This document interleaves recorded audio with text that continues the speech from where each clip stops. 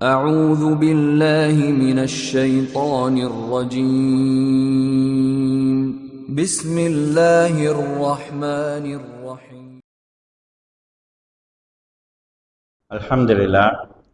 الحمد لله نحمده ونستعينه ونستغفره ونؤمن به ونتوكل عليه ونعوذ بالله من شرور أنفسنا ومن سيئات أعمالنا من يهده الله فلا مضل له ومن يضلله فلا هادي له وأشهد أن لا إله إلا الله وحده لا شريك له وأشهد أن محمدا عبده ورسوله أما بعد. எல்லாம் வல்ல அல்லாஹ் ஜல்ல ஷானஹு தஆலாவை புகழ்ந்து அவனது திருத்தூதர் ஸல்லல்லாஹு அலைஹி வஸல்லம் அவர்கள் மீது ஸலவாத்தும் ஸலாமும் கூறிய பின்னால், கண்ணியத்துக்குரிய தாய்மார்களே, அன்பின் சகோதரிகளே, உங்கள் அனைவருக்கும் அஸ்ஸலாமு அலைக்கும் வரஹ்மத்துல்லாஹி வபரகாத்துஹு. அல்லாஹ்வுடைய அருளால் வாராந்தம் இந்த இடத்திலே நீங்கள் மார்க்க விஷயங்களை படித்து வருகிறீர்கள். இன்றைய தினம் மர்மை நாளின் அடையாளங்கள் என்கிற தலைப்பில் உரையாற்றுமாறு சகோதரர்கள் கேட்டுக்கொண்டார்கள். இஸ்லாத்தினுடைய அடிப்படையான நம்பிக்கைகளில் மர்மை நாள் நம்பிக்கை என்கிறது மிக முக்கியமானது.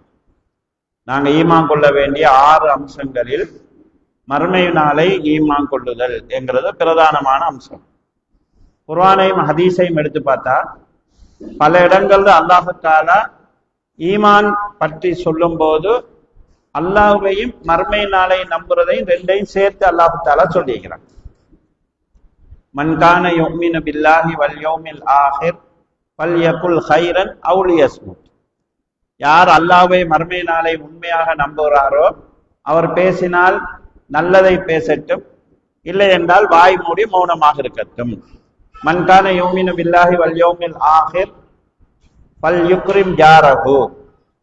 யார் அல்லாஹ்வை மர்மை நாளை நம்புகிறாரோ அவர் தன் அண்டை வீட்டாரை கண்ணியப்படுத்தட்டும். இப்படி ரசூலுல்லாஹி ஸல்லல்லாஹு அலைஹி வஸல்லம் அவங்க சொல்லக்கூடிய ஹதீஸ்கள்லையும் அல்லாஹ்வை நம்புறதோட சேர்த்து மர்மையை சொல்லிக்கிறாங்க. குர்ஆன்லையும் அல்லாஹ் தஆலா பல இடங்களில் அல்லாஹ்வை மர்மை நாளை நீங்கள் நம்புறவங்களாக இருந்தால் உங்களுக்கு மத்தியில ஏதாவது ஒரு பிரச்சனை வந்தால் அல்லாஹ்விடமும் தூதரிடமும் அதை ஒப்படைங்க என்று அல்லாஹ் தஆலா சொல்லிக்கிறார். 6 விஷயங்களை நாங்கள் அடிப்படையாக நம்பணும் என்றிருந்தாலும் அடிக்கடி சொல்லப்படக்கூடிய ஒரு விஷயம் மர்மை நம்பிக்கை. இஸ்லாத்துல எல்லா இபாதத்துக்களும் அந்த மர்மை நம்பிக்கையோட தொடர்பட்டுத்தான் இருக்குது. ஒருவன் சரியா மர்மையை நம்பினாத்தான் அந்த இபாதத்துக்களை சரியா செய்யலும், நீதி நேர்மையா நடக்கலும், அடுத்தவங்களுக்கு அநியாயம் பண்ணாம இருக்கலும், தனக்கு ஏதாவது அநியாயம் நடந்தால் இந்த உலகத்துல இல்லைன்றாலும் மர்மையில சரி எனக்கு ஒரு நீதி கிடைக்கும் என்று நம்பலும். இப்படி எல்லாத்துக்கும் மர்ம சம்பந்தப்பட்டது. இந்த மர்மையை நம்புறதுக்கு ஒரு அந்த நம்பிக்கை என்கிறது விசாலமாக இஸ்லாம் சொல்லிக்கிறது. அதுல ஒரு பகுதி தான் மர்மையோட சம்பந்தப்பட்ட மர்மையின் அடையாளங்கள் என்று அல்லாஹு தஆலா சொன்ன, ரசூலுல்லாஹ் சொன்ன விஷயங்களை நம்புறது. அல் குர்ஆனில் அல்லாஹ் தஆலா மர்மை நாளை பற்றி சொல்கிற போது வகத் ஜாஅத் அஸ்ராத்துஹா, அதன் அடையாளங்களும் வந்துவிட்டது என்று அல்லாஹ் தஆலா சொல்கிறாங்க. ஒரு இடத்துல அல்லாஹ் தஆலா இக்தரபத்தி ஸாஅத்து வன்ஷக்கல் கமர், மர்மை நாள் நெருங்கி விட்டது, அதன் அடையாளமாக சந்திரனும் பிளந்து விட்டது என்று மர்மையின் அடையாளங்கள் பற்றி பேசுது.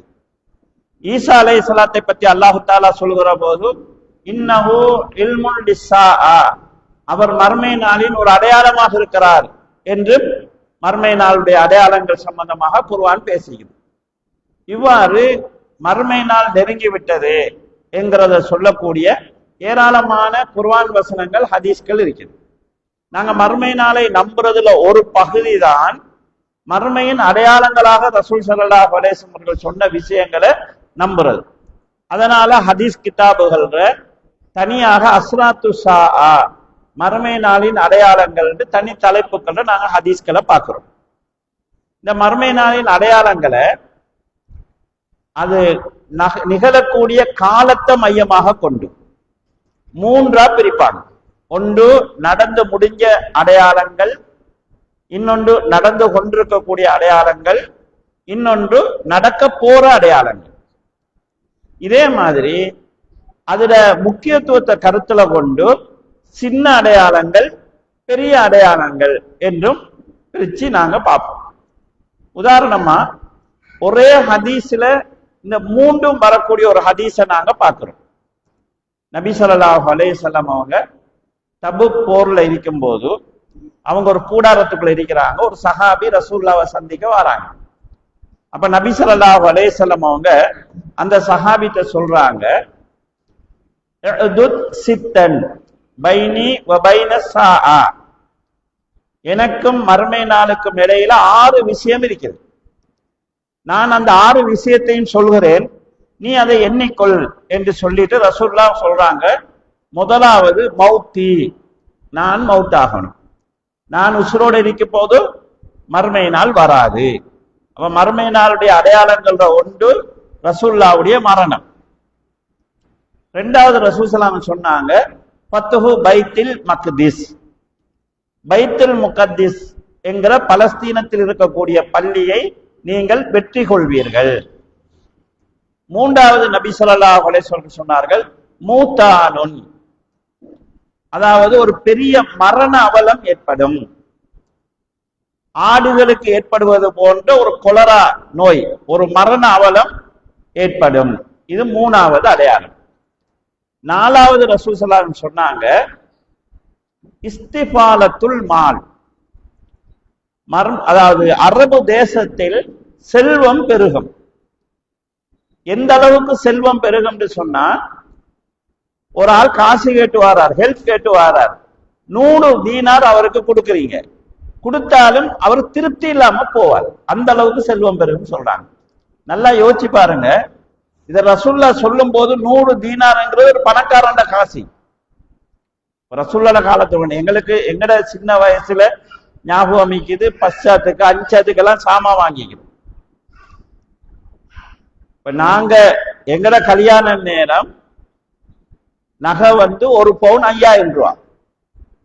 இப்ப நான் எங்கட காலத்துல, எங்கட உம்மாட காலத்துல எல்லாம் 500 ரூபா 600 ரூபாய்க்கெல்லாம் காணி வாங்கி போட்டிக்கிறாங்க. இப்ப ரசூல்லா சொல்றாங்க, அந்த காலத்துல சொல்றாங்க, 100 தீனார் சல்லி கொடுத்தா இது போதாதுன்னு ஒருவன் நினைக்கிற அளவுக்கு அரபு நாட்டுல செல்வம் பெருகும். என்னுடைய அர்த்தம் பணம் பெருகிற மட்டும் இல்லை, அந்த நாட்டுல அதாவது வசதிகள் கூடும், வாழ்க்கை செலவு கூடும், ஆடம்பரம் உருவாகும், எல்லாத்தையும் சேர்த்துத்தான் இந்த வார்த்தை சொல்லுது. இது நாலாவது அடையாளம் ரசூல்லா சொல்றாங்க. அஞ்சாவது ரசூல் ஸல்லல்லாஹு அலைஹி வஸல்லம் சொன்னாங்க, ஒரு ஃபித்னா ஒன்று உருவாகும். அந்த ஃபித்னா எந்த அரபு வீட்டையும் விட்டு விடாமல் நுழையும். சும்மா ஃபித்னத்துன் லா யபுகா பைத்துன் மினல் அரபி இல்லா தகலத்துஹு, பிறகு ஒரு ஃபித்னா உருவாகும், எந்த அரபியினுடைய வீட்டையும் விட்டு விடாமல் அது உள்ளே நுழையும். ஆறாவது ரசூல் ஸல்லல்லாஹு அலைஹி வஸல்லம் சொன்னாங்க, உங்களுக்கும் கிறிஸ்தவர்களுக்கும் இடையில் ஒரு ஒப்பந்தம் நடக்கும். அந்த ஒப்பந்தத்தை அவர்கள் மீறுவார்கள். அதற்கு பிறகு உங்களுக்கும் அவர்களுக்கும் இடையில் ஒரு போர் நடக்கும். அந்த போரில் எதிரிகள் 80 கொடியின் கீழ் வருவார்கள். ஒவ்வொரு கொடியின் கீழும் 12,000 எதிரி வீரர்கள் இருப்பார்கள். இந்த 6 அடையாளத்தை ரசூல் ஸல்லல்லாஹு அலைஹி வஸல்லம் சொல்றாங்க. இதுல பாருங்க, ரசூல்லா மௌத்தாயிட்டாங்க, நடந்து முடிஞ்ச அடையாளம். பைத்துல் முகத்தஸ் உமர் ரலியல்லாஹு ஆட்சி காலத்துல கைப்பற்றப்பட்டுருச்சு, நடந்து முடிஞ்ச அடையாளம். அரபு நாட்டில் அதாவது ஒரு பேரழிவான மரண அவலம் ஒன்று ஏற்படும் ரசூலா சொன்னாங்க. இதுவும் உமர் ரலியல்லாஹு ஆட்சி காலத்துல சிரியாவுல ஒரு கொலரா நோய் ஏற்பட்டுச்சு. 3 நாளில் 70,000 பேர் மௌத்தாகிற அளவுக்கு பயங்கரமான கொலரா நோய் ஒன்று ஏற்பட்டுச்சு. அதுவும் நடந்து முடிஞ்சிருச்சு. நாலாவது விஷயம், அரபு நாட்டில் செல்வம் பெருகும் என்கிறது. அதை நாங்க இன்னைக்கு கண் கூட கண்டிக்கிறோம். இந்த 4 விஷயங்களும் நடந்துருச்சு. 3 நடந்து முடிஞ்சிருச்சு, 4வது விஷயம் நடந்து கொண்டிருக்கக்கூடிய அடையாளம் அரபு நாட்டில் செல்வம் பெருகும் என்கிறது. செல்வம் பெருகும், ஆடம்பரம் உருவாகும், வாழ்க்கை செலவு கூடும் என்கிற இந்த விஷயம் இப்ப நடந்து கொண்டிருக்கக்கூடிய விஷயம். 5வது ரசூல்லா சொன்ன விஷயம் நடந்துட்டா இல்லையான்னு சரியா தெரியாது எங்களுக்கு. ஏனென்றால் ஒவ்வொரு காலத்திலையும் ஒவ்வொரு விஷயத்தை அறிஞர்கள் சொன்னாங்க. இந்த டிவி வந்த நேரத்துல டிவி தான் அந்த ஃபித்னா வீட்டுக்குள்ள நுழைஞ்சிருச்சுன்னு சொன்னாங்க. ஆனா ஹதீஸ் அரபு நாட்டை குறிப்பிட்டு பேசுது. டிவி அரபு நாட்டுக்கு மட்டும் உள்ள ஒரு பிரச்சனையா இல்லை. இந்த போன் வந்த நேரத்துல அரபு நாட்டை சொன்னாங்க. ஆனா இப்ப உண்மையிலே அது என்ன பித்னான்னு தெரியல. சில நேரம் நடந்து முடியும் போது எங்களுக்கு அது தெரிய வரலாம். அப்ப அது எங்களுக்கு நடக்கிற பித்னாவா நடக்க போற பித்னாவான்னு சந்தேகமான ஒரு விஷயம். ஆறாவது விஷயம் இன்னும் நடக்கலைங்கிறது எங்களுக்கு கன்ஃபார்ம். முஸ்லிம்களுக்கும் கிறிஸ்தவர்களுக்கும் இடையிலான ஒப்பந்தம். இந்த ஒப்பந்தம் எப்படி அமையும் என்று சொன்னா, முஸ்லிம்களுக்கும் கிறிஸ்தவர்களுக்கும் ஒரு எதிரி உருவாகுவாங்க. அந்த எதிரி யாருன்னு சரியா தெரியல. அது ஒருவேளை இஸ்ரேலா இருக்கலாம், அல்லது ஒருவேளை ஈரானா இருக்கலாம், ஒருவேளை அது ரஷ்யாவா இருக்கலாம், ஒருவேளை அது சைனாவா இருக்கலாம். ஏதோ ஒரு பெரிய எதிரி ஒன்று உருவாகும். கிறிஸ்தவ உலகத்தால் அந்த எதிரியை தனியா சமாளிக்கலா என்கிற நிலை இருக்கு. முஸ்லிம் உலகாலும் அதை தனியா சமாளிக்க இயலாது என்கிற நிலை இருக்கு. ரெண்டு பேரும் சேர்ந்து சமாளிக்கணும் என்கிற நிலையில ஒரு அதாவது உடன்படிக்கை ஒன்று செஞ்சுக்குவாங்க. இதுக்கு ரசூல்லா பாவிச்சிருக்கக்கூடிய உடன்படிக்கைங்கிறதுக்கான அந்த வாசகம் புதுனா என்கிற வாசகம் என்னன்னு சொன்னா, உங்களுக்கு யாராவது அடிச்சா நாங்க உங்களுக்கு சப்போர்ட்டா வருவோம், எங்களுக்கு யாராவது அடிச்சா நீங்க எங்களுக்கு சப்போர்ட்டா வரணும் என்கிற பாதுகாப்பு ஒப்பந்தத்துக்கு சொல்றது. அப்ப முஸ்லிம் நாடுகளுக்கும் கிறிஸ்தவர்களுக்கும் இடையிலான ஒப்பந்தம் நடக்கும். இந்த ஒப்பந்தத்துக்கு பிறகு ஒரு யுத்தம் ஒன்று நடக்கும். கிறிஸ்தவர்களும் முஸ்லீம்களும் சேர்ந்து அவங்களோட சண்டை பிடிப்பாங்க. நான் சொன்ன மாதிரி அது யாருன்னு தெரியாது. ஒருவேளை இப்ப அமெரிக்காவுக்கும் இஸ்ரேலுக்கும் இடையில போற உறவு முடியலாம், அல்லது வேறு யாருடையாவது ஒரு பிரச்சனை வரலாம். அப்படி வந்ததுக்கு பிறகு அவங்களோட முஸ்லீம்களும் கிறிஸ்தவர்களும் சேர்ந்து சண்டை பிடிப்பாங்க. சண்டையில முஸ்லீம்களும் கிறிஸ்தவர்களும் வென்றுவாங்க. அப்ப இந்த வெற்றியில முஸ்லீம்களும் கிறிஸ்தவர்களும் பங்காளிகள். போர் முடிஞ்சு வரக்குள்ள ஒரு கிறிஸ்தவர் சிலுவையை தூக்கி ஒசத்தி காட்டி சிலுவை வென்று விட்டது, சிலுவை வென்று விட்டதுன்னு சொல்லுவார். அப்ப முஸ்லிம் படையில இருந்த ஒரு உணர்ச்சி வசப்படக்கூடிய ஒரு ஆளுக்கு கோபம் நாங்கள்லாம் சண்டை பிடிச்சு வென்றிருக்க சிலுவை வென்றது என்று சொல்றானே என்று பாஞ்சி அந்த சிலுவை தூக்குனவரை கொன்றுவார். கொண்டா இந்த ஒப்பந்தம் முடிஞ்சிடும். இப்ப கிறிஸ்தவர்கள் ஒன்று திரள்வார்கள் முஸ்லிம்களுக்கு எதிராக. ஒரு பெரிய போர் நடக்கும். 80 கொடி என்கிறது 80 நாடுகள் ஒன்று சேரலாம். அப்ப முஸ்லிம்களுக்கும் அவர்களுக்கும் இடையில ஒரு பயங்கரமான போர் நடக்கும். ஹதீஸ்கள்ல அல் மல்ஹமத்துல் குபுரா என்கிற ஒரு போரை பத்தி பேசப்படுது. அது இந்த போரா அல்லது தெளிவா வேற ஹதீஸ்கள்ல வரும் சிரியாவுல ஒரு பெரிய போர் நடக்கும். அந்த போரா என்கிறது கன்ஃபார்மா தெரியாது. ஆனா மல்ஹமான்னு சொன்னா உங்களுக்கு தெரியும், லஹமுண்டா இறைச்சிக்கு சொல்ற, லஹமுண்டா இறைச்சிக்கு நாங்க சொல்லுவோம். லஹ்முல் ஹின்சீர் பன்றி இறைச்சி குர்ஆன்ல பயன்படுத்தப்படுது. மல்ஹமா என்கிறது ரத்தமும் சதையும் செதறி போற அளவுக்கு பயங்கரமான உயிரிழப்பை ஏற்படுத்தக்கூடிய ஒரு போர். சிரியாவில் நடக்கக்கூடிய போரை பத்தி ஹதீஸ்ல எப்படி வருதுண்டா, யுத்தம் நடந்திருக்கக்கூடிய அந்த இடத்தால ஒரு பறவை பறந்து போனா யுத்தம் நடக்கக்கூடிய அந்த ஏரியாவை தாண்டதுக்கு இடையில அது செத்து விழுந்துரும் என்று சொல்லக்கூடிய அளவுக்கு பயங்கரமான ஒரு போர் நடக்கும் என்று ரசூலுல்லாஹ் சொல்லிக்கிறாங்க. அது இதுவா அல்லது இதுக்கு புறவு நடக்கிற ஒரு போரான்னு தெரியாது, ஒரு பெரிய போர் ஒன்று நடக்கும். புகாரியில இந்த அளவுக்கு தான் வருகிறது. ஹாக்கிம்ல வரக்கூடிய ஒரு அறிவிப்பில அந்த போரில் முஸ்லிம்கள் வெற்றி பெறுவார்கள் என்கிற தகவலும் சேர்ந்து. இப்ப இந்த ஹதீஸை நீங்க பார்த்தீங்கன்னு சொன்னா, நடந்து முடிஞ்ச மறுமையின் அடையாளமும் இருக்குது, நடந்து கொண்டிருக்கக்கூடிய மறுமையின் அடையாளமும் இருக்குது, நடக்க போற மறுமையினுடைய அடையாளங்களும் இருக்குது. இப்படி காலத்தால பிரிப்பார்கள். அதே மாதிரி நான் ஏற்கனவே சொன்ன மாதிரி சின்ன அடையாளம் பெரிய அடையாளம், குறிப்பாக மறுமையினுடைய பெரிய அடையாளங்களாக ரசூல் ஸல்லல்லாஹு அலைஹி வஸல்லம் அவங்க ஒரே ஹதீஸ்ல 10 அடையாளங்களை சொல்லியிருக்கிறாங்க. அது மறுமையினுடைய பெரிய அடையாளங்கள், கடைசி நேரத்தில் நடக்கக்கூடிய அடையாளங்கள். இது அல்லாம சமூக மாற்றம், மனிதர்களிடத்தில் வரக்கூடிய மாற்றம், காலத்துல வரக்கூடிய மாற்றம், அதாவது உலகத்துல ஏற்படக்கூடிய மாற்றங்கள் என்று பல விஷயங்களை ரசூல் ஸல்லல்லாஹு அலைஹி வஸல்லம் அவங்க மறுமையினுடைய அடையாளமா சொல்லியிருக்கிறாங்க. இந்த மறுமையினுடைய அடையாளங்களை நாங்க படிக்கும் போது ஒரு விஷயத்தை தெளிவா தெரிஞ்சு கொள்ளணும். ரசூலுல்லாஹ் ஸல்லல்லாஹு அலைஹி வஸல்லம் சொன்ன அடையாளங்கள் நடந்து முடியாம உலகம் அழியாது. ஏன்னா இதை சரியா ஒரு முஸ்லீம் விளங்குனா அவனை வழிகெடுக்கலாது. இன்னைக்கு நிறைய உலகத்துல நிறைய படிச்ச மக்களை வழிகெடுக்கிறாக்களும் இருக்கிறாங்க. உங்களுக்கு தெரியும், கிட்டத்தட்ட ஒரு ஒரு ஒரு ஆள் உலகம் அழிய போகுது, வெள்ளம் வரப்போகுது, கப்பல் ஒன்று கட்டுனா நாங்க அந்த கப்பல்ல ஏறி எங்களை காப்பாற்றிக் கொள்ளலாம்னு சொல்லி ஆக்களோட காசெல்லாம் வாங்கி கப்பலும் கட்டி இந்தா வெள்ளம் வரப்போகுது அந்த வெள்ளம் வரப்போகுதுன்னு சொல்லி கடைசியில வரல. இதே மாதிரி அமெரிக்காவில கூட இந்த உலகம் அழிய போகுதுன்னு ஆக்களோட காசெல்லாம் வாங்கிட்டு நாங்க நேரா சொர்க்கத்துக்கு போயிடுவோம் டஞ்ச குடிச்சிட்டு செத்து போனாக்கள் இருக்கிறாங்க. அப்ப ரசூல்லா உலகம் அழிய போகுதுன்னு மக்களை ஏமாத்தலாது. சில நேரங்கள்ல மார்க்கத்துல தீவிரமா போறவங்க மர்மை நாள் அடையாளங்கள் வந்துட்டு அப்ப உலகம் அழிய போகுது, இதுக்கப்புறம் நாங்க உழைக்க தேவையில்லை, உழைச்சதெல்லாம் நாங்க அனுபவிப்போம், இல்லாட்டி தர்மம் செய்வோம்னு சொல்லிட்டு இப்படி ஆக்கள் போதனை செஞ்சு படத்தெல்லாம் எடுத்துட்டு ஆக்களை ஏமாத்தின்னு வாங்கிக்கிறாங்க. அப்ப ரசூல்லா சொன்ன அடையாளங்கள் வராம உலகம் அழியாது. உலகம் எப்ப அழியும் என்கிறது யாருக்கும் தெரியாது. அந்த இல்மு அல்லாஹ்க்கு மட்டும்தான் இருக்கிறது. அல்லாஹ்வை தவிர வேற யாருக்கும் அந்த இல்மு இல்லை. இதையும் நாங்க தெளிவா விளங்கிக்கணும். ஒரு நாள் ரசூல் ஸல்லல்லாஹு அலைஹி வஸல்லம் அவங்க சபையில இருக்கிறாங்க. ஒரு மனிதர் வாரார். அந்த வார மனிதரை உமர் ரலியல்லாஹு அன்ஹு வர்ணிக்கிறாங்க. வெள்ளை வெளேர்ந்து இருந்துச்சு அவரோட உடுப்பு, கண்ணங்கரையருங்கிற தலைமுடியோட அவர் வந்தார். அவர் வெளியூர்ல இருந்து வந்தார் என்ற மாதிரியான எந்த அடையாளமும் அவர்கிட்ட இல்லை. இப்ப வெளியூர்ல இருந்து வந்தா உடம்புல தூசி பற்றிக்கணும், முகத்துல அழுக்கு பற்றிக்கணும், டயர் தெரியணும், அப்படியும் ஒன்றும் இல்லை. இந்த சபையில இருந்த யாருக்குமே அவரை தெரியவும் மாட்டுச்சு.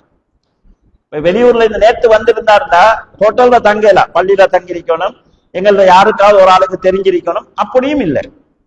அப்ப அவர் ரசூலுல்லாஹ்ட்ட சில கேள்விகள் கேட்டார். அதுல ஒரு கேள்வி என்னன்னா, மறுமை நாள் எப்போது வரும் என்கிற கேள்வி கேட்கிறாங்க. அப்ப ரசூல் ஸல்லல்லாஹு அலைஹி வஸல்லம் மறைமுகமா பதில் சொல்றாங்க, கேள்வி கேட்பவரை விட கேட்கப்படுறவரு, அதாவது உங்களை விட நான் இதை பத்தி அதிகம் அறிஞ்சவர் இல்லை என்று ரசூலுல்லாஹ் சொல்றாங்க. அதுக்கு பிறகு வந்தவர் கேட்கிறார், அதனுடைய அடையாளத்தை சொல்லுங்க, மறுமை நாள் எப்ப வரும்னு தெரியாது, அப்ப அடையாளத்தை சொல்லுங்க என்று சொன்ன உடனே ரசூல் ஸல்லல்லாஹு அலைஹி வஸல்லம் அவங்க 2 அடையாளம் சொல்றாங்க. அந்தலிதல் அமத்து ரப்பத்தஹா, மறுமை நாளின் அடையாளங்களில் ஒன்று அடிமை பெண் எஜமானியை பெற்றெடுப்பாள். 2வது அடையாளம் வஅன்தரல் குஃபாத்தல் உராத்தல் ஆலத்தல் ரிஆ அஸ்ஸாஇ யததாவலூன பில் புன்யான், போட்ட ஆடைக்கு மாற்று ஆடை அற்றவர்கள், காலுக்கு செருப்பில்லாதவங்க, சாப்பிடுறதுக்கு சாப்பாடு இல்லாதவங்க, ஆடு மேய்ச்சி கொண்டிருந்தவங்க எல்லாம் மேல மேல பில்டிங்க ஒசத்துறதுல போட்டி போடுவதை நீங்க பாப்பீங்க. அப்படி நீங்க பாத்தீங்கன்னா அது மறுமை நாளின் அடையாளம் என்று ரசூல் ஸல்லல்லாஹு அலைஹி வஸல்லம் சொல்றாங்க. இந்த 2 அடையாளமும் உலகத்துல மக்கள் மத்தியில ஏற்படக்கூடிய ஒரு மாற்றத்தை ரசூலுல்லாஹ் சொல்றாங்க. அடிமை பெண் எஜமானியை பெற்றெடுப்பாள் என்றால் பெற்றாரை நோவினை செய்யக்கூடிய பிள்ளைகள் உருவாகுவாங்க. உம்மாமார் வேலைக்காரி மாதிரியும் பிள்ளைகள் எஜமானி மாதிரியும் ஆகிற காலம் வரும். உம்மாமார் பிள்ளைகளுக்கு வேலை செய்யற நிலைமை ஏற்படும். இது மறுமை நாளின் அடையாளம் என்று ரசூல் ஸல்லல்லாஹு அலைஹி வஸல்லம் சொல்றாங்க. இன்றைக்கு நாங்க அதை பார்த்துட்டு இருக்கிறோம். எங்களுக்கு தெரிஞ்சு நாங்கெல்லாம் சின்ன வயசுல இருக்கும் போது எங்களை எல்லாம் எங்கள்ட தாத்தமார் வளர்த்திப்பாங்க, அவங்கதான் குளிப்பாட்டிப்பாங்க, அவங்கதான் எல்லாம் செஞ்சிருப்பாங்க. ஆனா இன்றைக்கு அப்படி விளந்த பிள்ளையா இருந்தாலும் வீட்டுல பிள்ளைகளுக்கு வேலை செய்ய இயலாது, வேலை செய்யற சுபாவமும் இல்லை, பெற்றாருடைய கவலைகள் கஷ்டங்களை பத்தி சிந்திக்கிற போக்கில் பிள்ளைகள் எஜமானி மாதிரியும் உம்மாதான் எல்லா வேலையும் செஞ்சு கொடுக்கின்ற ஒரு சூழ்நிலை ஒன்று உருவாகி இருக்குது. அதிலும் குறிப்பாக தொழில் செய்யக்கூடிய பெண்கள் உருவானதுக்கு பிறகு உம்மாமார் வீட்டுல இருக்கொண்டு எதிர்பார்க்கிறாங்க, அவங்க வேலைக்கு போனா பிள்ளைய பாக்குறதுக்கு வீட்டை பாக்குறதுக்குன்னு சொல்லி அப்ப தாய்மார் வேலைக்காரிகளாக மாறுற ஒரு கால சூழல் ஒன்று வரும். இது மர்ம நாள்ல அடையாளமா ரசூல் ஸல்லல்லாஹு சொல்றாங்க. இதை பொறுத்தளவுல நாங்க அப்படி ஆகிடக்கூடாது என்கிற விஷயம் இருக்கிறது. எங்களால எங்கட தாய்மார்கள் வேலைக்காரி மாதிரி ஆகிற சூழல் வரக்கூடாது. 2வது விஷயம், சமுதாயத்துல ஏழைகளாக இருந்தவங்க பணக்காரனா மாறுவாங்க. பில்டிங் மேல மேல கட்டுவாங்க. இந்த மேல மேல கட்டுவாங்கன்றதுல ஏழைகள் பணக்காரன் ஆகிறது, செல்வம் பெறுகிறது, மக்கள் தொகை கூடுறது, காணி பிரச்சனை வாரது, இது எல்லாம் இருக்குது. நாங்க எப்ப மேல கட்ட பார்ப்போம், நல்ல இடம் இருந்துச்சு சொன்னா கீழே கட்டிட்டு போயிடலாம். மேல பில்டிங் கட்டுறதுங்க இப்ப சாதாரணமா எந்த மனுஷனும் வீட்டுக்கு பவுண்டேஷன் போடக்குள்ள யோசிக்கிறேன்டா சில போறதுக்கு மாதிரி போட்டுருவோம். இது பாவம் இல்லை, இது ஒரு சமூக மாற்றத்தை ரசூல் ஸல்லல்லாஹு அலைஹி வஸல்லம் சொல்றாங்க. ஏழைகள் பணக்காரன் ஆகுவாங்கிறது இது அரபு நாட்டுல உருவாயிருச்சு. அவங்க ஆடு மேய்ச்சி கொண்டிருந்தவங்க, சாப்பிட வழி இல்லாம இருந்தவங்க, செருப்புக்கு வக்கு இல்லாம இருந்தவங்க, இன்னைக்கு மேல மேல பில்டிங் கட்டுறதுல போட்டி போட்டு துபாய் ஒரு சைஸ்ல கட்டிச்சுன்னா சவுதி இன்னொரு சைஸ்ல கட்டுற மாதிரி இந்த போட்டி தன்மையை நாங்க பார்க்கிறோம். அப்ப இதுவும் மறுமை நாளுடைய அடையாளம் நெருங்கி விட்டதை எங்களுக்கு சொல்லக்கூடிய செய்திகள். குர்ஆன்ல அல்லாஹ் தஆலா சொல்கிறான், இன்னவும் யரவுனஹு பஈதா, மறுமை நாள் தூரத்துல இருக்கிற மாதிரி அவங்க நினைக்கிறாங்க. வனராஹு கரீபா, அது ரொம்ப நெருக்கமாக இருப்பதாக நாங்க பார்க்கிறோம் என்று அல்லாஹ் தஆலா சொல்றார். இப்ப எங்களுக்கு சின்ன ஒரு டவுட் வரையணும், மறுமை நாள் நெருக்கத்துல இருக்குது என்று ரசூலுல்லாஹ் சொல்லி இப்ப 1400 வருஷம் ஆச்சு. அப்ப இன்னும் வரலையே, நெருக்கம் தானே சொன்னாங்க, கிட்ட வாயிட்டுன்னு சொன்னாங்க தானே, அப்ப ஏன் இன்னும் வரல என்கிற ஒரு டவுட் வரையும். இந்த கிட்ட தூரம் என்கிறது நாங்க எப்படி பாக்குறோம்னா ஒப்பிட்டு தான் சொல்றோம். ஒப்பிட்டு சொன்னா உதாரணமா நீங்க இங்க இருந்து வெட்டிக்குலோக்கு போக போறீங்க, நீங்க இங்க இருந்து கொழும்பு வரையும் போயிட்டீங்க, கிட்ட வாயிட்டீங்களான்னு அவங்க கேட்கிறாங்க. இப்ப நீங்க என்ன சொல்ல போறீங்க, இல்ல இன்னும் தூரமைக்குன்னு சொல்ல போறீங்க. நீங்க புலனறுவைக்கு போயிட்டீங்க, கிட்ட வாயிட்டீங்களான்னு கேட்ட என்ன சொல்லுவோம், ஓ கிட்ட வாயிட்டோம்னு சொல்லுவீங்க. ஆனா புலனறுவைக்கும் வெட்டிக்குலோக்கும் தூரம் வைக்குது. நீங்க இங்க இருந்து போற தூரத்தோட வைக்கக்குள்ள அரைவாசிக்கு மேல போனா அது கிட்டன்னு நீங்க சொல்லுவீங்க. உதாரணத்துக்கு நீங்க புலனறுவையில இருந்து போறீங்க, வெட்டிக்குலோ போறீங்க, வெட்டிக்குலோ ஆக்க நீங்க புலனறுவை வைக்கக்குள்ள கேட்கறாங்க என்ன வந்துட்டீங்களா, இல்ல இல்ல இன்னும் பயணமே ஸ்டார்ட் ஆக்கலன்னு சொல்றீங்க. கொஞ்சம் தூரம் போயிட்டு மண்ணம்பட்டியில நிக்கிறீங்க, என்ன கிட்ட வாயிட்டீங்களான்னு கேட்கறாங்க. நீங்க என்ன சொல்ல போறீங்க, கிட்டன்னு சொல்ல மாட்டீங்க, இப்பதான் மண்ணம்பட்டியில நிக்கிறோம்னு சொல்ல போறீங்க. அப்ப கிட்ட தூரம் சொல்றது எப்படின்னு சொன்னா அளவை வச்சுதான் சொல்ற, முன்னே அளவை வச்சுதான் சொல்றது. உலகம் படைக்கப்பட்ட காலத்துல இருந்து நாங்க பார்த்தோம்னு சொன்னா உலகம் அழியிற காலம் கிட்டவாகிருச்சு, இப்படித்தான் நாங்க அந்த விஷயத்தை எடுக்கணும். அடுத்தது ரசூல் ஸல்லல்லாஹு அலைஹி வஸல்லம் அவங்க சமூகத்தில் ஏற்படக்கூடிய மாற்றங்கள், காலத்தில் ஏற்படக்கூடிய மாற்றம், இப்படி பல விஷயங்களை சொல்லிக்கிறாங்க. இவற்றை நாங்க படிக்கும் போது ஹதீஸ் மீதான நம்பிக்கை கூடும், மறுமை மீதான நம்பிக்கை கூடும். கால மாற்றங்கள் பற்றி இன்னைக்கு உலகம் பேசிக் கொண்டிருக்குது. இன்னைக்கு குளிர் நாடுகள் சூடாக ஆரம்பிச்சிருக்கு. காலையில எழும்பும் போது காரெல்லாம் ஐஸ் படிஞ்சு அந்த ஐஸ் எல்லாம் தட்டி போட்டுத்தான் காரை எடுக்கணும், ரோட்ல கெடுக்க இயலாது, வீட்டுல பனி வைத்திருக்க அந்த பனியை தள்ளிடணும். இப்படி இருந்த நாடுகள் இப்ப தார் உருவுற அளவுக்கு சூடாக ஆரம்பிச்சிருக்கு. செருப்பை கலட்டி வச்சா செருப்பு அப்படி சுருண்டு போற அளவுக்கு சூடாக ஆரம்பிச்சிருக்கு. கால மாற்றம். ரசூல் ஸல்லல்லாஹு அலைஹி வஸல்லம் சொல்றாங்க, அரபு நாடுகள் ஆறுகள் ஓடாமல், அரபு நாடுகளில் சோலைவனங்கள் உருவாகாமல் மறுமை வராது என்று சொல்றாங்க. இன்னைக்கு பாலைவனமாக இருக்கக்கூடிய அரபு நாடுகள் சோலைவனமா மாறும்.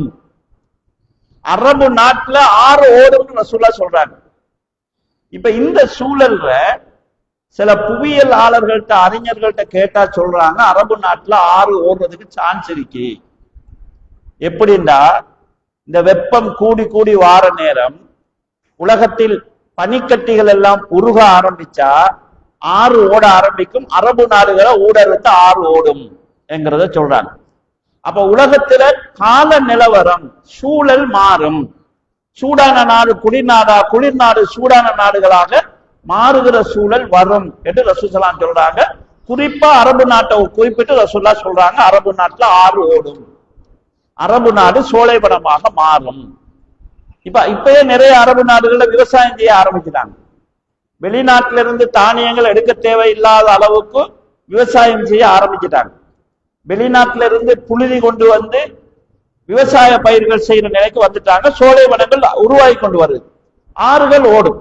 இப்பயும் நீங்க பாத்தீங்கன்னு சொன்னா ஒமான் போன்ற பிரதேசங்கள்ல அதாவது திடீர்னு வெள்ளப்பெருக்கு எடுக்க ஆரம்பிச்சிருக்குது, ஆறுகள் ஓட ஆரம்பிச்சிருக்கு. அப்ப இப்படி கால நிலவரங்கள் மாறும், மழை வீழ்ச்சி மாறும். ரசூல் ஸல்லல்லாஹு சொல்றாங்க, அந்த மறுமை நாள் நெருங்குகிற போது மழை அதிகமாக பெய்து மக்களுக்கு பயன் இல்லாம போகுது. இப்ப மழை பெய்ஞ்சா விவசாயம் நடக்கணும், பயிர் பச்சை எல்லாம் கூடணும். ஆனா மழையும் பெய்யுது, விவசாயம் அழிஞ்சு போகுது. மழை அதிகமா பெய்யும், ஆனா அதனுடைய ஃபாயிதா இந்த பூமிக்கு கிடைக்காம போகுது. எதிர்பாராத இடங்கள்ல வெள்ளப்பெருக்கு ஏற்படுகிறது. இதை ரசூல் ஸல்லல்லாஹு அலைஹி வஸல்லம் அவங்க மறுமை நாளின் அடையாளமா சொல்றாங்க. மறுமை நாளின் அடையாளங்கள்ல ஒன்று, அடிக்கடி பூகம்பம் நடக்கும், பூமி அதிர்ச்சி அடிக்கடி நடக்கும். இப்ப நாங்க சின்ன வயசுல கேள்விப்படாத அளவுக்கு இப்ப நாங்களும் தினமும் எங்கேயாவது ஒரு இடத்துல பூமி அதிர்ச்சி 6, 7, 8 சொல்லி தொடர்ச்சியா நடந்து கொண்டிருக்கக்கூடிய ஒரு சூழலை நாங்க பார்க்கிறோம். இப்படி கால நிலவரத்துல பூமியினுடைய அமைப்புல பல மாற்றங்கள் நடக்கும் என்கிறத ஹதீஸ்கள்ல பார்க்கிறோம். மக்களிடத்திலையும் நிறைய மாற்றங்கள் ஏற்படும். ரசூல் ஸல்லல்லாஹு அலைஹி வஸல்லம் சொல்றாங்க, லா தகூமு ஸாஅ ஹத்தா யுக்பலல் இல்மு, அறிவு கைப்பற்றப்படும் வரைக்கும் மறுமை நாள் வராது. வ தக்ஸுரு ஸலாஸில், ஏற்கனவே சொன்ன மாதிரி பூமி அதிர்ச்சிகள் அதிகமாகும். வ யதகாரபு ஸமான், காலம் சுருங்கும். வ தல்ஹரல் ஃபிதன், ஃபித்னா அதாவது வெளிப்படும். வ யக்ஸுருல் ஹரஜ், ஹரஜ் அதிகமாகும் ரசூலுல்லாஹ் சொல்றாங்க. அப்ப சஹாபாக்கள் ஹரஜ்னா என்னன்னு விளங்கல, அது என்னன்னு கேட்கறாங்க. கழுத்துல கத்திய வச்சு சொல்றாங்க, கொலை அதிகமாகும் சொல்றாங்க. இதுல சொல்லப்பட்ட விஷயங்களை பாருங்க. அறிவு கைப்பற்றப்படும் ரசூலுல்லாஹ் சொல்றாங்க. அறிவு எப்படி கைப்பற்றப்படும்? அறிவு எப்படி கைப்பற்றப்படும்னா, அறிஞர்கள் மௌத்தாகுவாங்க, அறியாத மக்கள் அதிகமாகுவாங்க. வேறு சில அறிவிப்புகள்ல அறிவு குறைந்து வந்தீங்க, வேறு சில அறிவிப்புகள்ல அறிவு கூடும் வந்தீங்க. இப்ப டவுட் வரும், அது எப்படி அறிவு குறைகிறது அறிவு கூடுறது? அறிவு கூடுறதுன்னு சொன்னா, இன்னைக்கு எல்லா விஷயமும் கலைகளாக பிரிஞ்சு பிரிஞ்சு நிறைய கோர்ஸ் உருவாகிக்குது. ஒரு விஷயத்தை ஒட்டி பல அதாவது கோர்ஸ்கள் உருவாகும். புத்தகம் எடுத்துக்கொண்டா நாங்க ரசூலுல்லாஹ் காலத்துல இல்லாத கோடிக்கணக்கான புத்தகம் இருக்குது. தொழில்நுட்பம் எடுத்துக்கொண்டா போன வருஷத்துல இல்லாத தொழில்நுட்பம் இந்த வருஷம் இருக்குது. அப்ப நாலேஜ், அதாவது இந்த இல்மு கூடிச்சுங்கிறதுக்கான அர்த்தம் இருக்குது. இப்ப சாதாரணமா இமாம் புகாரி ரஹ்மத்துல்லாஹ் ஒரு ஹதீஸுக்கு 1 மாசம் பயணம் போனாங்கன்னு இருக்குது. ஆனா இன்னைக்கு சாதாரணமா ஒரு சொப்ட்வேரை நாங்க போட்டோம்னு சொன்னா 1000 கித்தாபு உள்ள சொப்ட்வேர் இருக்குது. அதுல எங்களுக்கு தேவையான ஒரு சொல்ல கொடுத்து தேவையான ஹதீஸை நாங்க தேடி எடுக்கக்கூடிய வசதி இருக்குது. அப்ப இல்மு கூடி இருக்கிறான்னு கேட்டா கூடி இருக்குது. இல்மு குறைன்னு ரசூலுல்லாஹ் சொன்னாங்களே, அது எப்படின்னு கேட்டா, புகாரி இமாமுக்கு இல்மு வந்து அவரோட மூளையில இருந்துச்சு, முஸ்லிம் இமாமுக்கு இல்மு வந்து அவரோட மூளையில இருந்துச்சு. எங்களுக்கு இல்மு வந்து போன்ல இருக்குது, எங்கட லேப்டாப்ல இருக்குது, எங்கட லைப்ரரியில இருக்குது, எங்கட புத்தகத்துல இருக்குது. இல்மு வந்து எங்கட உள்ளத்துல இல்ல. உண்மையான இல்முள்ள மூல தலையில ஹதீஸ் உள்ள, தலையில குர்ஆன் உள்ள, தலையில மார்க்கம் உள்ளவங்க தூக்கப்பட்டாங்க, உயர்த்தப்பட்டாங்க. அதை இந்த ஹதீஸ் சொல்லுது. அதாவது 2 சைட்ல பார்த்தாலும் சரியாக புரிஞ்சு கொள்ளக்கூடிய விதத்துல ரசூல் ஸல்லல்லாஹு அலைஹி வஸல்லம் சொல்லியிருக்கிறாங்க. இதே மாதிரி வயத்தகாரபு ஸமான், காலம் சுருங்கும் என்று ரசூலுல்லாஹ் சொல்றாங்க. காலம் சுருங்கும் என்பதை அந்த காலத்துல அறிஞர்கள் 2 கோணத்துல விளங்கப்படுத்திக்கிறாங்க. ஒன்று, வசதிகள் இல்லாத காலத்திலே அவங்க சொன்ன ஒரு விளக்கம் என்னன்னு சொன்னா, வசதிகள் கூடும், கூடும்போது நீண்ட காலத்தில் செய்த வேலைய குறுகிய காலத்துல மக்கள் செய்வாங்க. அதை நாங்க இன்றைக்கு பார்க்கிறோம். உதாரணமா முந்தி காலத்துல ஹஜ்ஜிக்கு போறாக்கள் 6 மாசத்துக்கு முன்னு போவாங்க. இங்க இருந்து தலைமன்னார் போய், தலைமன்னார் இந்தியா போய், இந்தியா இருந்து பாகிஸ்தான் போய், இப்படி ரவுண்ட் அடிச்சுட்டு போய் சேர்ந்துட்டு நம்பிக்கை இல்லாம போய் வரலாமாங்கிற நம்பிக்கை இல்லாம போவாங்க. இன்னைக்கு 6 மணித்தியாலத்துல இங்க இருந்து ஜித்தாக்கு போய்த்துறேன்.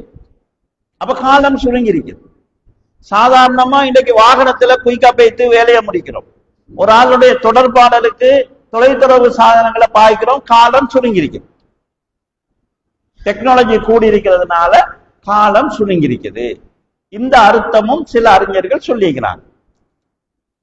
இரண்டாவது ஒரு அர்த்தம் என்னன்னு சொன்னா, காலம் சுருங்கும் என்றால் காலத்தில் உள்ள பரக்கத் எடுபற்றும், டைம்ல உள்ள பரக்கத்தை அல்லாஹ் எடுத்துருவான். இது மறுமை நாள்ல அடையாளம் என்று சொல்லிக்கிறாங்க. இதை நாங்க இன்றைக்கு பார்க்கிறோம். இப்ப சாதாரணமா இப்ப நாங்க சின்னத்துல வளர்ந்த காலம், நாங்க ஒரு பீரியட்ல வாழ்ந்திருக்கிறோம், கரண்ட் இல்லாத காலத்துல வாழ்ந்திருக்கிறோம். இன்னைக்கு இளம் பிள்ளைகள் இருக்கிறாங்க, அவங்கள அந்த சூழல் இருந்திருக்காது. கரண்ட் இல்லாத காலம், அந்த அதாவது குப்பி விளக்குல கொஞ்சம் வசதி இருந்தா பெட்ரோல் வச்சு வாழ்ற ஒரு வாழ்க்கை. அந்த காலத்துல உம்மாமார் தண்ணி எங்கேயாவது கிணத்துல போய் அள்ளி எடுத்துட்டு வருவாங்க. எல்லா வீட்லயும் குடம் இருக்கும். உடுப்பு கழுகுறதுக்கு ஆத்துக்கு ஓடைக்கு போய்த்து உடுப்பு கழுவிட்டு வருவாங்க. காட்டுக்கு போய்த்து விறகு எடுத்துட்டு வருவாங்க. எல்லா வீட்லயும் விறகு அடுப்பு தான் இருக்கும், வேற அடுப்புக்கான வழி இல்லை. அதாவது விறக காய வச்சு அவங்க சமையல் செய்வாங்க. கொச்சிக்காய், மஞ்சள், சரக்கு இதெல்லாமே சொந்தமா அரைச்சு எடுப்பாங்க. அரைக்கிறதுக்கு எல்லா வீட்லயும் அம்மி உரக்கன்னு சொல்லி அம்மி உரன்னு சொல்லி அதை வச்சிருப்பாங்க. இதெல்லாம் அவங்க சொந்த கையால செஞ்சு செஞ்சு செஞ்சு வீட்டுக்கு 7-8 பிள்ளைய பெற்று போட்டு வாழ்ந்திருக்கிறாங்க. அந்த காலத்துல மகரிபானா லாம்ப வச்சுட்டு அவங்களுக்கு குர்ஆன் ஹதீஸ் தெரியாட்டியும் கன்சிலர் சோதிக்கிறாங்க, தலைப்பாத்தியா ஓதிக்கிறாங்க, ஏதோ மார்க்கம்னு சில விஷயங்களை செஞ்சுக்கிறாங்க. அந்திபட்டா இந்த உம்மாமாரெல்லாம் ஒண்டா சேர்ந்துட்டு நோய் பார்க்க போறேன், நொடி பார்க்க போறேன்னு சொல்லி அந்த வேலையெல்லாம் செஞ்சுக்கிறாங்க. இன்னைக்கு இதெல்லாம் எங்களுக்கு சுருங்கிட்டது. இந்த அடுப்பு ஊதி பத்த வைக்கிறன்றது ஒண்ணு எங்களுக்கு தெரியாது. சில நேரம் இந்த கொரோனா சீசன்ல யாராவது இந்த கேஸ் இல்லாம அடுப்பு பத்த வச்சிருந்தா தான். அதே மாதிரி தெப்ப திறந்தா தண்ணி வருது. அந்த காலத்துல மாதிரி குடம் இதெல்லாம் பிள்ளைகளுக்கு தெரிய மாட்டுச்சு. சமையல் கேஸ் அடுப்புல பத்த வச்சு இலாக்குறோம். கொச்சிக்கா, மஞ்சள், சரக்கு எல்லாம் நாங்க வாங்கி எடுக்கிறோம். இந்த வேலையெல்லாம் மிச்சமாயிக்குது. ஆனா உம்மா மரத்தை கேட்டாலும் அவங்களுக்கும் டைம் இல்லை. ஒரு நோய் பார்க்க போறதுக்கும் டைம் இல்லை, பக்கத்து வீட பாக்குறதுக்கும் டைம் இல்லை, தாய்மார்ட்ட கேட்டாலும் டைம் இல்லை, பிள்ளைகள்கிட்ட கேட்டாலும் டைம் இல்லை. அப்ப அந்த காலத்தின் பரக்கத் எடுபட்டிக்குது. இப்ப உதாரணமா இமாம் நவவி ரஹ்மத்துல்லாஹி அவங்களுடைய வரலாறு சொல்றவங்க சொல்லுவாங்க, அவர் எழுதினதுக்கு தானே பிறந்ததுல இருந்து கணக்கு பார்த்தா ஒரு நாளைக்கு 40 பக்கத்துக்கு மேல எழுதிக்கிறாங்க. இமாம் இப்னு தைமியா ரஹ்மத்துல்லாஹி அவங்களுடைய புத்தகங்கள் கிட்டத்தட்ட 500 புத்தகம் இருக்குது. இந்த 500 புத்தகத்தையும் இன்றைக்கு ஒரு ஆளுக்கு வாசிக்கிறதுக்கு நாள் போதாது, வாழ்க்கை போதாது. ஒரு ஆளை நீ ஒன்னும் செய்ய தேவை, தொழு, தின்னு, வாசி. இவர் எழுதின எல்லாத்தையும் வாசி முடியும்னு சொன்னா அவனுக்கு 100 வருஷம் வாசிக்க போதாம இருக்கும். அவ்வளவு எழுதிக்கிறாங்க. இவ்வளவுக்கும் அவர் கல்யாணம் முடிக்காம மௌத்தா போன ஒருவர் சிறையில பல காலம் இருந்திருக்கிறார், போர்க்களங்கள்ட பங்கு பட்டிருக்கிறார், விவாதங்கள்ட பங்கு பட்டிருக்கிறார், மக்களுக்கு பிரச்சாரம் செஞ்சிருக்கிறார், பாடம் நடத்திக்கிறார், கித்தாபும் எழுதிக்கிறார். ஆனா இன்றைக்கு அவர் எழுதின கித்தாபை வாசிக்கிறதுக்கு எங்களுக்கு நாள் போதாது. அப்ப அல்லாஹு தாலா அவங்களோட காலத்துல பரக்கத் செஞ்சிருந்தான். எங்கட கண் முன்னால எங்கட தாய்மாருடைய வாழ்க்கையில அல்லாஹ் பரக்கத் செஞ்சிருந்தான். எங்கட கண் முன்னால அந்த 4 பரக்கத் எடுபடுது. ரசூல் ஸல்லல்லாஹு அலைஹி வஸல்லம் சொன்னாங்க, காலம் சுருங்கும் எப்படின்னு சொன்னா, ஒரு மாசம் ஒரு வருஷம் ஒரு மாசத்தை போல சுருங்கிடும், ஒரு மாசம் ஒரு கிழமை மாதிரி சுருங்கிடும், ஒரு கிழமை என்றது ஒரு நாள் மாதிரி சுருங்கிடும், ஒரு நாள் என்றது ஒரு மணித்தியாலம் மாதிரி சுருங்கி போயிடும் என்று ரசூல் ஸல்லல்லாஹு அலைஹி வஸல்லம் சொல்றாங்க. அப்ப காலத்தின் பரக்கத் எடுபடுறதுங்கிறது மர்மை நாளின் அடையாளம். இதை நாங்க கண் முன்னாக பார்த்து கொண்டிருக்கக்கூடிய அடையாளங்கள் ஒன்றாக, நாங்க பார்த்து கொண்டிருக்கக்கூடிய அனுபவித்து கொண்டிருக்கக்கூடிய அடையாளங்கள் ஒன்றாக இதை நாங்க சொல்லலாம். இதே போல ரசூல் ஸல்லல்லாஹு அலைஹி வஸல்லம் அவங்க சில பாவங்கள் பகிரங்கமா நடக்கும். அதுல வட்டி பெருகும்னு ரசூலுல்லாஹ் சொல்றாங்க.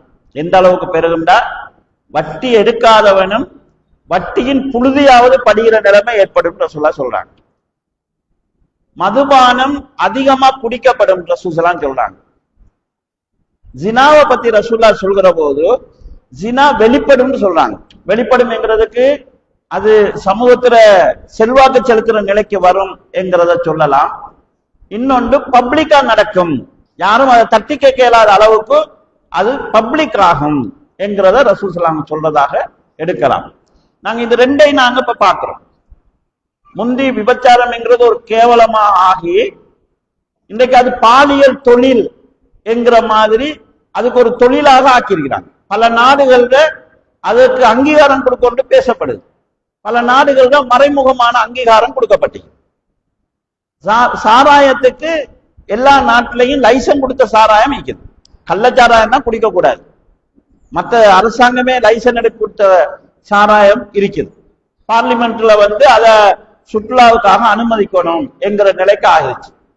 இது கூடி நாட்டு அரசாங்கங்கள் ஆணும் பெண்ணும் திருமணம் செய்யறதையும் அங்கீகரிக்கணும் என்கிற நிலைக்கு போய் அதை பிரச்சாரம் செய்யறாங்க. சில நாடுகள் அதுக்கு எதிராக பேசக்கூடாது, பேசுனா அதுக்கு எதிராக நடவடிக்கை எடுக்கப்படும், அவங்களோட உணர்வை புண்படுத்தினதாக சொல்லப்படும் என்று சொல்லி சட்டம் இயற்றப்படு. அப்ப செல்வாக்கோட இருக்குது, அந்த சிந்தனைகள் செல்வாக்கோட இருக்குது.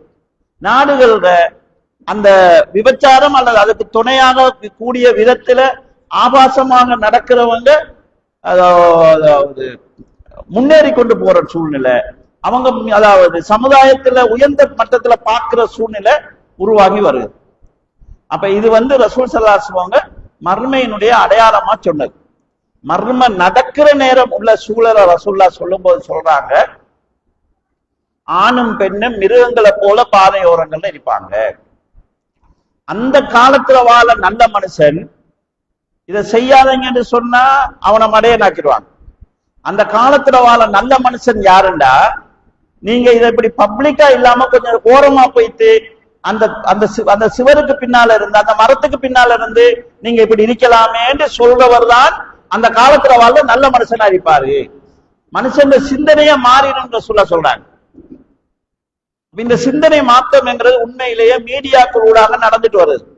இப்ப சாதாரணமா ஒரு காலத்துல ஒரு முஸ்லிம் பெண் இன்னும் யாருக்காவது கை கொடுத்தா ஒரு விபச்சாரம் செஞ்ச மாதிரி கேவலமா பார்ப்பாங்க. இன்னைக்கு அது சர்வ சாதாரண மாதிரி அது கையை தானே கொடுத்தாங்கிற மாதிரியான சூழ்நிலையா ஆயிடுச்சு. அப்ப அது ஒரு அப்படி கொடுக்கலன்னு சொன்னா ஒரு நாட்டுக்கட்ட இவங்களுக்கு நாகரிகம் தெரியாது, இப்ப ஒரு சோசியல் இல்ல அது இல்லை இது இல்லைன்னு சொல்லி அவங்கள குறைச்சி பார்க்கிற மாதிரி ஆயிடுச்சு. இப்ப சாதாரணமா ரோட்ல நடக்கிறதுக்கு 4 பேருக்கு முன்னால சாப்பிடுறதுக்கு வெக்கப்பட்டு கொண்டிருந்த ஒரு சூழ்நிலை மாறி சாதாரணமா மீடியாவுக்கு முன்னால டான்ஸ் ஆடுறாங்க, அதாவது இதெல்லாம் செய்யறாங்க, சாதாரணமா போயிடுச்சு.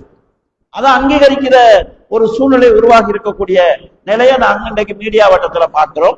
இதை நபி ஸல்லல்லாஹு அலைஹி வஸல்லம் அவங்க பல சந்தர்ப்பங்கள்ல பல மட்டங்கள்ல சொல்லி காட்டிக்கிறாங்க. இந்த மீடியாக்களோட சம்பந்தமாக இன்னொரு செய்தி சொல்லலாம். ரசூல் ஸல்லல்லாஹு அலைஹி வஸல்லம் அவங்க சொல்றாங்க, மறுமை நாள் ஏற்படும் போது ஏற்படக்கூடிய விளைவுகள் ஒன்று வயந்திகு ஃபீஹல் ருவைபிலா, ருவைபிலாக்கள் பொது விவகாரம் குறித்து பேசுவாங்க என்று ரசூலுல்லாஹ் சொல்றாங்க.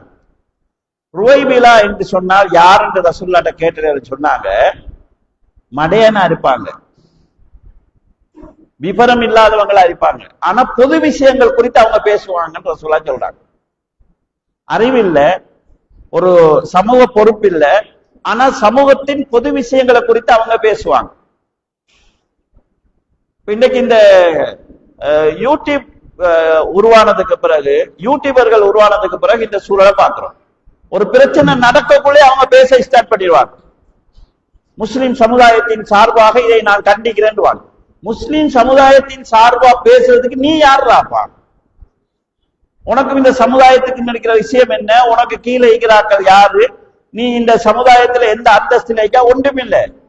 முஸ்லிம் சமுதாயம் சார்பா ஆதரிக்கிறேன்னு சொல்லுவாங்க, என்ன நன்றியை தெரிஞ்சுக்கன்னு சொல்லுவாங்க, கண்டிக்கிறேன்னு சொல்லுவாங்க. அப்ப இவங்களுக்கு எந்த நாலேஜும் இல்லை, இவங்களுக்கு கொஞ்சம் விவசரிக்கிறாங்கிறது மட்டும் இவங்களுக்கு போதுமா இருக்குது. பொது விவகாரங்கள் குறித்து சமுதாயத்தில் இருக்கக்கூடிய மற்ற ரகமானவங்க பேசுற நிலைமை ஏற்படும். ஆச்சரியம் என்னன்னா, மீடியாக்கள் அந்த மாதிரி ஆக்களைத்தான் முன்னிலைப்படுத்துது.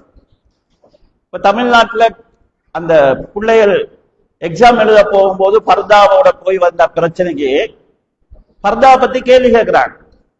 யார்கிட்ட போய் கேட்கிறாங்க? பர்வீன் சுல்தான் ஒரு பொம்பளை இருக்கிற பட்டிமன்றங்கள்ட்ட பேசுவோம். அவங்ககிட்ட போயிட்டு பர்தாவை பத்தி நீங்க என்ன சொல்றீங்க? அவனாலும் பரவாயில்ல, மக்களுக்கு ஏதோ நாலேஜ் உள்ள சில விஷயங்களையாவது சொல்றான்னு பார்த்தா குஷ்புட்ட போய் கேட்கிறாங்க, பர்தாவை பத்தி நீங்க என்ன சொல்றீங்க? பர்தாவுக்கும் இவருக்கு என்ன சமயம்? இவர் படத்துல நடிகை ஆபாசமா நடிக்கக்கூடிய ஒரு பெண், அவர்கிட்ட போயிட்டு இந்த பர்தாவை பத்தி நீங்க என்ன சொல்றீங்கன்னு சொல்லி, அப்ப மக்கள் எங்க போறாங்க ஒரு தகவல் எடுக்கிறதுக்கு, ஒரு சமுதாயம் சம்பந்தப்பட்ட தகவல் எடுக்கிறது. நீ பர்தாவை பத்தி கேட்கறதுன்னா அங்க உள்ள உலமாக்கள்கிட்ட கேளு, அல்லது அங்க உள்ள கல்விமான்கள்கிட்ட கேளு. அப்ப இந்த மாதிரி கொண்டு வந்து மீடியாக்கள் வந்து சமுதாயத்தில் இருக்கக்கூடிய கீழ்த்தரமானவங்களை சமுதாயத்தின் மேல்மட்டமாக உள்ளவங்களாக காட்டுறது. இது வந்து மறுமை நாளுடைய அடையாளமாக ரசூல் ஸல்லல்லாஹு அலைஹி வஸல்லம் அவங்க சொல்லி காட்டுறாங்க. இதுல இந்த மறுமை நாளில அடையாளங்கள்ல பெண்கள் தொடர்பாக ரசூல் ஸல்லல்லாஹு அலைஹி வஸல்லம் அவங்க சில விஷயங்களை சொல்லிக்கிறாங்க. அதுல நாங்க மாத்த இயலாததும் இருக்குது, அது எங்களோட சம்பந்தப்பட்டதுல இப்படி நடந்துதான் போகும். நாங்க அப்படி ஆகிடக்கூடாதுன்னு பாக்குற விஷயங்களும் இருக்குது. உதாரணமா ரசூல் ஸல்லல்லாஹு சொல்றாங்க, மறுமை நாள் ஏற்படுகிற போது வயக்கில் ஒரு ரிஜால், ஆண்கள் குறைஞ்சிருவாங்க, வயக்சுரன் நிசா, பெண்கள் அதிகமாகுவாங்க. இப்ப இலங்கையிலே நாங்க பாக்குறோம், கிட்டத்தட்ட 6 லட்சத்துக்கு மேல ஆண்களை விட பெண்கள் அதிகமாகிறாங்க. பெண்களுடைய எண்ணிக்கை அதிகமாகும். அதுக்கு பிறப்பு வீதம் பெண்கள் கூட இருக்கலாம், அல்லது ஆண்களுடைய இறப்பு வீதம் கூட இருக்கலாம். இப்படி நடக்கும். மறுமை நாள் நெருங்குற போது எப்படி இருக்கின்றார் ரசூல் ஸல்லல்லாஹு அலைஹி வஸல்லம் சொல்றாங்க, ஹத்தா யகூன லி 50 இம்ராஅத்தன் அல் கையுமுல் வாஹித், 50 பெண்களை ஒரு ஆள் நிர்வகிக்கிற அளவுக்கு ஆண்களுடைய எண்ணிக்கை குறையும். இது கடைசி நேரத்தில் ஏற்படக்கூடிய போர்களை ஒட்டி நடக்கக்கூடிய செய்தி. மறுமை நாள் நெருங்குற போது பயங்கரமான போர்கள் நடக்கும். போர்ல ஆண்கள் எல்லாம் மௌத்தா போவாங்க, பொம்பளை மிஞ்சுவாங்க. சில பேர் ஆம்பளை, சில பேர் நினைச்சுக்கிறாங்க ஒரு ஆம்பளை 50 பொம்பளைய கல்யாணம் முடிப்பான். அப்படி முடிக்கல, அது மார்க்கத்தில் இல்லது. 50 பெண்ணுண்டா உம்மா விதவையாயிப்பா, தங்கச்சி விதவையாயிப்பா, புள்ள மகள் விதவையாயிப்பா, மகள்த மகள் விதவையாயிப்பா. இப்படி ஒரு ஆணை சூழ நிறைய பெண்கள் விதவையாயிருப்பாங்க. அவங்களையெல்லாம் இவன் பராமரிக்கின்ற நிலைமை ஏற்படும். ஹதீஸ்ல எந்த அளவுக்கு வருகுதுன்னு சொன்னா, இந்த சிரியா போர், சிரியாவுல ஒரு பயங்கரமான போர் நடக்கும். அந்த போருக்கு பிறகு இந்த தங்கம் எல்லாம் தாராளமா கிடக்கும், ரோட்ல உளுந்திக்கும். ஆனா யாரும் அதை எடுக்க மாட்டாங்க. ஏன்னு சொன்னா, எடுத்து அனுபவிக்கிறதுக்கு அவனுக்கு குடும்பம் இருக்காது. எல்லாரும் மௌத்தா போனதுக்கு பிறகு நான் இதுக்குத்தானா இவ்வளவு காலம் சண்டை பிடிச்சோம், இதுக்குத்தானே நம்ம போரிட்டு கொண்டோம், இதுக்காகத்தானே நாங்க அவாப்பட்டு திரிஞ்சோம்னு சொல்லி மனுஷன் நினைப்பான் என்று சொல்லக்கூடிய அளவுக்கு இருக்கும். யுத்தம் நடக்கும், கனிமத்து பிரிக்கப்படாதுன்னு சொல்றாங்க. இந்த ஹதீஸுக்கு விளக்கம் சொல்லும் போது, யுத்தம் நடந்து ஏன் கனிமத்து பிரிக்காத, எல்லாரும் மௌத்தா போய்த்துருவாங்க, இந்த கனிமத்தை பிரிச்சு யாருக்கு கொடுக்கிறது? அப்படி மரணங்கள் ஏற்படும். பெண்களுடைய எண்ணிக்கை அதிகமாகிறது மறுமை நாள் அடையாளமாக ரசூலுல்லாஹ் சொல்றாங்க. இந்த கட்டம் கொஞ்சம் கொஞ்சமா நடந்துட்டு உலக அளவுல இன்னைக்கு பெண்களுடைய எண்ணிக்கை இந்தியா, சீனா போன்ற சில நாடுகளை தவிர, அந்த நாட்டில் நிறைய பிறக்க முந்தைய பொம்பளை பிள்ளைகளை கொண்டு ஏன்னா சீனாவுல ஒரு வீட்டுக்கு ஒரு பிள்ளை இருந்தா தான் அவங்களுக்கு அரச சலுகை கிடைக்கும். அப்ப இருக்கிற புள்ள ஆம்பளை பிள்ளையா கொண்டு பொம்பளை பிள்ளைகளை கொண்டுட்டு வந்தாங்க. அப்ப அப்படியான சில நாடுகளை தவிர பெண்களுடைய எண்ணிக்கை அதிகரிச்சு போகுது. இது அல்லாம பெண்களுடைய மார்க்கமும் பெண்களுடைய ஒழுக்கமும் பாதிப்படையும் என்கிறத ரசூல் ஸல்லல்லாஹு அலைஹி வஸல்லம் அவங்க பல கட்டங்கள்ல சொல்லிக்கிறாங்க. அதுல தஜ்ஜால் சம்பந்தமா ரசூல் ஸல்லல்லாஹு அலைஹி வஸல்லம் சொல்லும் போது, தஜ்ஜால் வந்துருவான். தஜ்ஜால் வந்தா ரசூலுல்லாஹ்வுடைய அறிவித்தல் என்னன்னா, தஜ்ஜாலை பார்க்க நீங்க போகாதீங்க, இல்ல எங்களுக்கு மார்க்கம் நீங்க தெரியும் அப்படி போகாதீங்க. போனா அவன் செய்யறத பார்த்து போட்டு நம்புற சூழ்நிலை ஏற்படும். தஜ்ஜாலை கண்டா விரண்டு ஓடுது. இந்த தஜ்ஜால் வந்துட்டான்னு கேள்விப்பட்டா ஆம்பளைகள் கொஞ்சம் கொண்டோல் ஆயிப்பாங்க, பொம்பளைகள் அவனை பார்க்க போகணும்னு பதறுவாங்க. எந்த அளவுக்குண்டா, ஆண்கள் அவங்களோட மனைவி மகள்களை கட்டி போடுற அளவுக்கு தஜ்ஜாலை நோக்கி பெண்கள் போக பார்ப்பாங்க. அந்த அளவுக்கு பிச்சுட்டு சரி தஜ்ஜாலை போய் பார்ப்போம்னு பார்ப்பாங்க. இது சாத்தியம் என்கிறது எப்படி விளங்குதுன்னா, அண்மையில இந்தியாவுல நடந்த இந்த தேர்தல் பிரச்சாரம், இந்த விஜய பார்க்கிறதுக்கு கூட்டம் கூட்டமா பெண்கள் போய் நசிஞ்சு செத்தும் கூட போனாங்க. அபாயா போட்டுட்டு அழுதழுது பேசுறா, இவ்வளவு காலம் நான் காக்கல, இப்பதான் கண்டேன், அவரை பாக்குறதுக்காக நேத்தையில இருந்து வந்து நிக்கிறோம், காலையில இருந்து பாக்குறோம், சாப்பிடாம நாங்க நிக்கிறோம் சொல்லி. இப்படி ஒரு பைத்தியம் இப்ப இவனுக்கு ஏற்படுதுன்னு சொன்னா, அவன் தஜ்ஜால் வந்து என்னென்னமெல்லாம் செய்வான். மழை, வானத்தை பார்த்து மழை பெய்யணும், மழை பெய்யும். பூமியை பார்த்து உன் பொக்கிஷத்தை வெளியேறினவா, பூமியில இருந்து பொக்கிஷங்கள் வந்து அவன் போற வழியில் அவனுக்கு பின்னால போகும். இப்படி பல அற்புதங்களை காட்டுவார். விளக்கமுள்ள ஆண்கள் ஒதுங்கி நிற்கும் போது பெண்கள் போக பார்ப்பாங்க. இது ஹதீஸ்ல வருது.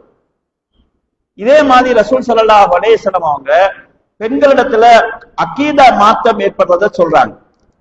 யமன்ல ஒரு சிலை இருக்குது. ரசூலோட காலத்துல ஒரு சிலை ஒன்று இருந்துச்சு.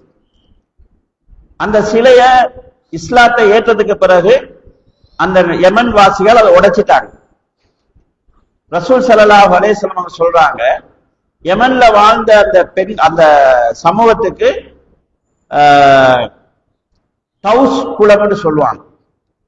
ரசூல் ஸல்லல்லாஹு அலைஹி வஸல்லம் சொல்றாங்க, தௌஸ் குலத்து பெண்கள் இந்த துல் குலைசா என்று சொல்லக்கூடிய யமனுடைய சிலைகளை சுத்தி வராத வரைக்கும் உலகம் அழியாதுன்னு சொல்றாங்க. இதுக்கு ரசூல்லா பாவிச்ச வாசகம் வந்து அது கொஞ்சம் வித்தியாசமான வாசகம். அதுக்கு ரசூல்லா சொன்ன வாசகம் என்னன்னா, துல் குவைசி, அதாவது தௌஸ் குலத்து பெண்களுடைய பின்பக்கங்கள் அந்த துல் குவைசா என்கிற சிலையை சுத்தும் போது ஒன்றோடு ஒன்று முட்டிக்கொள்ளும் சொல்றாங்க. என்னுடைய அர்த்தம் என்னன்னு கேட்டா, இந்த கௌபாவை தவாப் செய்யற நேரம் நெருங்கிக்கிறாங்களே, அந்த மாதிரி நெருங்கி கொண்டு இந்த துல் குவைசாங்கிற சிலையை சுத்துவாங்க. அந்த பெண்களுடைய நடத்த மாற்றங்கள் இதுல வார்த்தையில சொல்லப்படுது. அவங்க சொகுசா இருப்பாங்க, திண்டு கொளுத்திருப்பாங்க, வேலை வெட்டி இல்லாம இருப்பாங்க என்கிற பல விஷயங்கள் ரசூல்லா அந்த வாசகத்தினூடாக மறைமுகமா சொல்றாங்க. அப்ப அகீதாவுல சிலைகளை வணங்குற நிலை வந்து முஸ்லிம் பெண்களுக்குள்ள ஏற்படும் ரசூல்லா சொல்றாங்க. இன்றைக்கு நாங்க தமிழ்நாட்டுல பல இடங்கள்ல பாக்குறோம். சிலரு போலியா ஜோடிக்கிறாங்க. இந்து பெண்கள் அபாயா போட்டு சில வணக்கம் செய்யறாங்க. சில முஸ்லிம் பேர்ல இருக்கக்கூடிய பெண்கள், இப்ப கடைசியில நடந்த தேர்தல்ல ஒரு முஸ்லிம் புள்ள தேர்தல் ஈடுபட்டிருக்கிறான். தமிழ்நாட்டில் ஏற்பட தேர்தல் முடிஞ்சு அவ விஜய்க்காக கோயில், சர்ச், பள்ளிவாசல், தர்கா எல்லாத்திலையும் வணக்கம் செய்யறாங்க. சாதாரணமா சிலைகளுக்கு போய் நின்று பூஜை செய்யக்கூடிய நிலை இன்னைக்கு எங்களுக்கு பக்கத்து நாடு தமிழ்நாட்டில் உருவாகி. அப்ப பெண்கள் நேரடியா சிலைகளை வணங்குற நிலை இந்த முஸ்லிம் சமுதாயத்துல உருவாகும் என்கிறத ரசூலுல்லாஹ் எச்சரிக்கை செய்யறாங்க. அப்ப நாங்க இந்த மாதிரியான சூழ்நிலைகள் எங்களை பாதுகாத்துக் கொள்றதுக்காக இதை நாங்க படிக்க வேண்டியது. இதே போல நபி ஸல்லல்லாஹு அலைஹி வஸல்லம் அடிக்கடி கேட்கக்கூடிய ஒரு ஹதீஸ், மறுமை நாள் ஏற்படும் போது பெண்களுடைய உடையில ஏற்படக்கூடிய ஒரு மாற்றத்தை ரசூலுல்லாஹ் சொல்றாங்க. 2 கூட்டம் இருக்குது, நான் அவங்கள பார்த்ததில்லை, அவங்க பின்னால வருவாங்க. ஒரு கூட்டம் கையில சவுக்க வச்சு கொண்டு ஆக்களை அடிச்சடிச்சு வேலை வாங்கக்கூடிய ஒரு கூட்டம், அதாவது ஜமீன்தார்கள் சொல்லுவாங்க, அப்படி ஒரு கூட்டம் வந்து போனுச்சு. இன்னொரு கூட்டம் ஆடை அணிந்த நிர்வாண பெண்கள், அவங்களுடைய தலைகள் வந்து ஒட்டகத்தின் சிமில்கள் போல இருக்கும். அவர்கள் சாயக்கூடியவர்களாகவும் விரைவாக சாய்க்கக்கூடியவர்களாகவும் இருப்பாங்க. இவங்க சொர்க்கமும் போக மாட்டாங்க, சொர்க்கத்தினுடைய வாடையை நுகர மாட்டாங்க என்று ரசூல் ஸல்லல்லாஹு அலைஹி வஸல்லம் சொல்றாங்க. இந்த ஆடை அணிந்த நிர்வாண பெண்ணுக்கு அடிப்படையில 2 விளக்கம் சொல்லுவாங்க. ஒன்று மெல்லிய ஆடை அணிகிறவங்க, அல்லது கொஞ்சம் அணிஞ்சு கொஞ்சம் அணியாம 2 கலந்திருக்கிறவங்க, அல்லது டைட்டான ஆடை அணிஞ்சு ஆடை அணிஞ்சாலும் ஆடை அணியாதது போல அவங்களோட பொடி ஷேப்பை காட்டுற மாதிரி ஆடை அணிகிறவங்க. இந்த மாயிலாத் முமையிலாத், சாயக்கூடியவங்க சாய்க்கக்கூடியவங்கிறதுக்கு சில அறிஞர்கள் அவங்களோட நட ஸ்டைல சொல்றாங்க, சாஞ்சி சாஞ்சி நடப்பாங்க. ஆனா அந்த வாசகத்தை பார்க்கும்போது விரைவாக ஒரு ஆணோடு நேசம் கொள்ளக்கூடியவர்களாகவும் விரைவாக ஒரு ஆணை தன் பக்கம் சாட்சி எடுக்கிறவங்களாகவும் இருப்பாங்க. இது அவங்களோட மர்மை நாள் நெருங்குற போது ஏற்படக்கூடிய பெண்கள வரக்கூடிய ஒரு மாற்றமாக ரசூல் ஸல்லல்லாஹு அலைஹி வஸல்லம் சொல்றாங்க. தலைமுடிகளை வந்து ஒசத்தி கட்டி அவங்க அந்த ஒட்டகத்தின் சிமில் போல் அவங்களுடைய தலைமுடிகளை வச்சுக்குவாங்க. அப்ப இதை ரசூல் ஸல்லல்லாஹு அலைஹி வஸல்லம் இவங்க சொர்க்கம் போக மாட்டாங்க, சொர்க்கத்துடைய வாசையும் நுகர மாட்டாங்கன்னு சொல்லி இந்த ரெண்டு சாராரையும் சொல்லி காட்டுறாங்க. இப்படி அவங்களோட நடத்தைகள்ல, உடுக்குற முறைகள்ல, பழகுற முறைகள்ல ஏற்படக்கூடிய மாற்றங்களை ரசூல் ஸல்லல்லாஹு அலைஹி வஸல்லம் சொல்லியிருக்கிறாங்க. இது அல்லாம கட்டாயமா தஜ்ஜால் சம்பந்தப்பட்ட விஷயம், யாஜூஜ் மாஜூஜ் சம்பந்தப்பட்ட விஷயங்களை நாங்க விரிவாக தெரிஞ்சு கொள்ளணும். ஏன்னு சொல்லி சொன்னா நாங்க ஒவ்வொரு தொழுகையிலையும் தஜ்ஜாலுடைய ஃபித்னா விட்டு பாதுகாப்பு தேர்வோம். அப்ப அதை பற்றிய அறிவு எங்களுக்கு தேவை. எனவே இந்த விஷயங்களை நாங்க பார்க்கும்போது, ஒன்று மர்மை எப்ப வரண்டு யாருக்கும் தெரியாது. டேட் சொல்லி யாராவது மர்மையை பத்தி சொன்னா அவங்க பொய் சொல்றாங்க. இந்த 2020 வரப்போகுதுன்னு சொன்னாங்க, 26 வரப்போகுதுன்னு சொன்னாங்க, 2030 வரும்னு சொன்னாங்க, 2050 வரும்னு சொல்றாங்க. இது யாருமே சொல்லலாது. ரெண்டாவது, மர்மை நாள் நெருங்கி இருக்குது.